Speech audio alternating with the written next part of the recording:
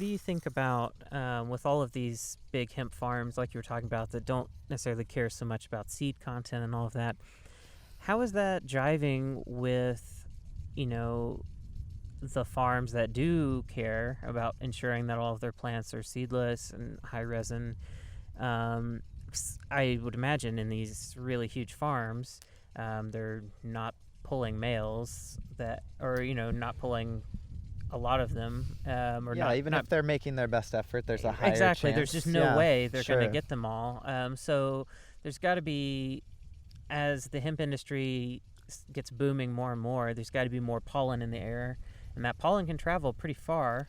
There's some debate over exactly how far and exactly how big of an issue that Quite is. a debate, yeah. But I think everyone can pretty much agree that it's an issue that is contentious and is, I don't know.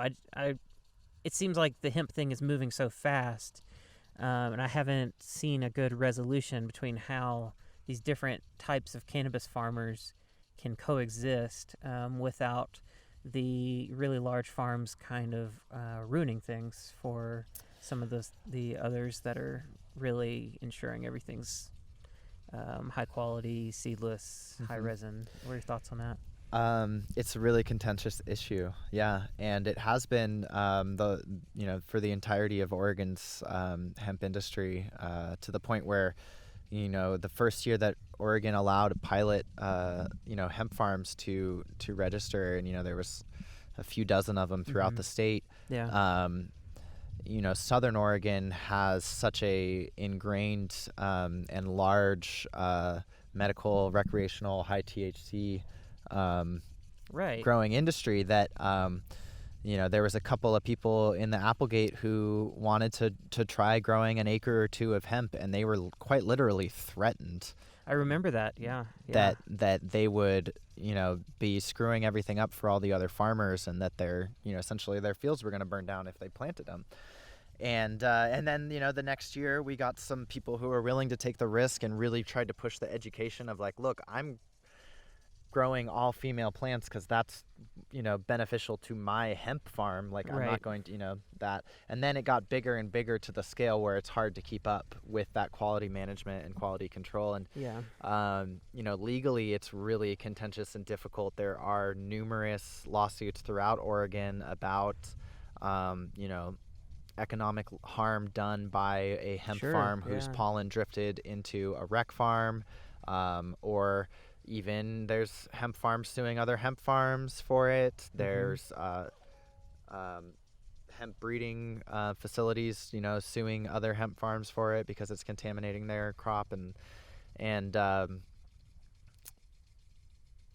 it's for me personally, not only is it important for my own success in this crop to eliminate males and pollen, but just as a moral or whatever, responsibility, to your community, to the other farms that exist around me. I don't want to do any harm to anyone else, just for my own personal gain. So yeah, I mean, I think it's right now it should be the responsibility for farmers to do everything in their care to limit their effect on those around them. It's, like I said, it's really contentious. There's not a lot that can be done legally to prevent people. Oregon's right to farm laws are pretty strict. Right. There might be some zoning things that might end up happening with different counties, different places. It's pretty difficult. Yeah, and maybe it'll just be something that settles out culturally, that maybe there will be areas where people care less about that, and maybe that's where some of these farms end up settling into, and other places where it's a much more sensitive issue that they tend to stay away from just because of the interpersonal dynamics between neighbors. And and I mean, right now in Oregon there's nothing that prevents a hemp farmer from getting a license to grow hemp for seed and for fiber on acreage. whether or not their neighbor next to them is trying to grow, feminized seedless hemp or not. And that's where a lot, as far as I know, there hasn't been a legal precedent set in Oregon towards that.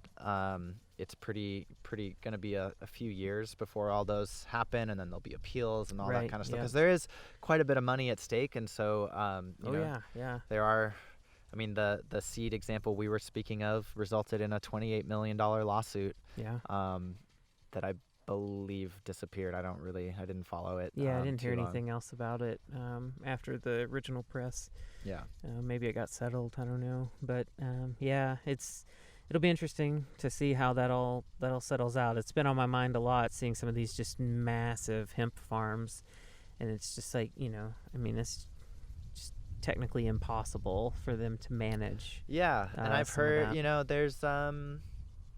there's going to be new developments in the industry and the farming techniques. There's theories that maybe, there's either biological or chemical products that could be given to plants to prevent them from, basically, if they were males, they'd be sterile. Right. I don't know about whether or not that's something that will be developed anytime soon, or really even could be. And then even I've heard of people trying to develop like drone technology that could detect males. I've heard some people talking about that. Which would be cool. It'd be quite an interesting sensor, what they're picking up on, other than once there's already pollen, maybe they could do that. I mean, maybe there's some sort of corollary they can pick up on that's that with some reasonable degree of confidence they can correlate to males. I don't know. The drone technology is interesting because it's gotten really big in broader agriculture for things like nitrogen deficiency and water deficiencies and that sort of thing. But that kind of stuff is generally, from my understanding, and my understanding is limited, but it seems like a lot of that's color based, looking for certain color changes in the crops that would indicate certain types of stresses, nutrient deficiencies and everything. And because these cameras can detect, they're so sensitive, and the different colors they can differentiate, that you can get pretty sophisticated with that. With detecting males, I just don't know. It'll be cool to see if something can be developed, but even then I wouldn't have a strong confidence that it's going to catch everything, right? And you still run into these issues. And I haven't seen, and maybe it's just not even viable, but like tissue culturing. But even with that, with cannabis, you can stress a plant to the point where, even if you've cloned female plants, you could still stress them to the point where they'll hermaphrodite or something and cause problems.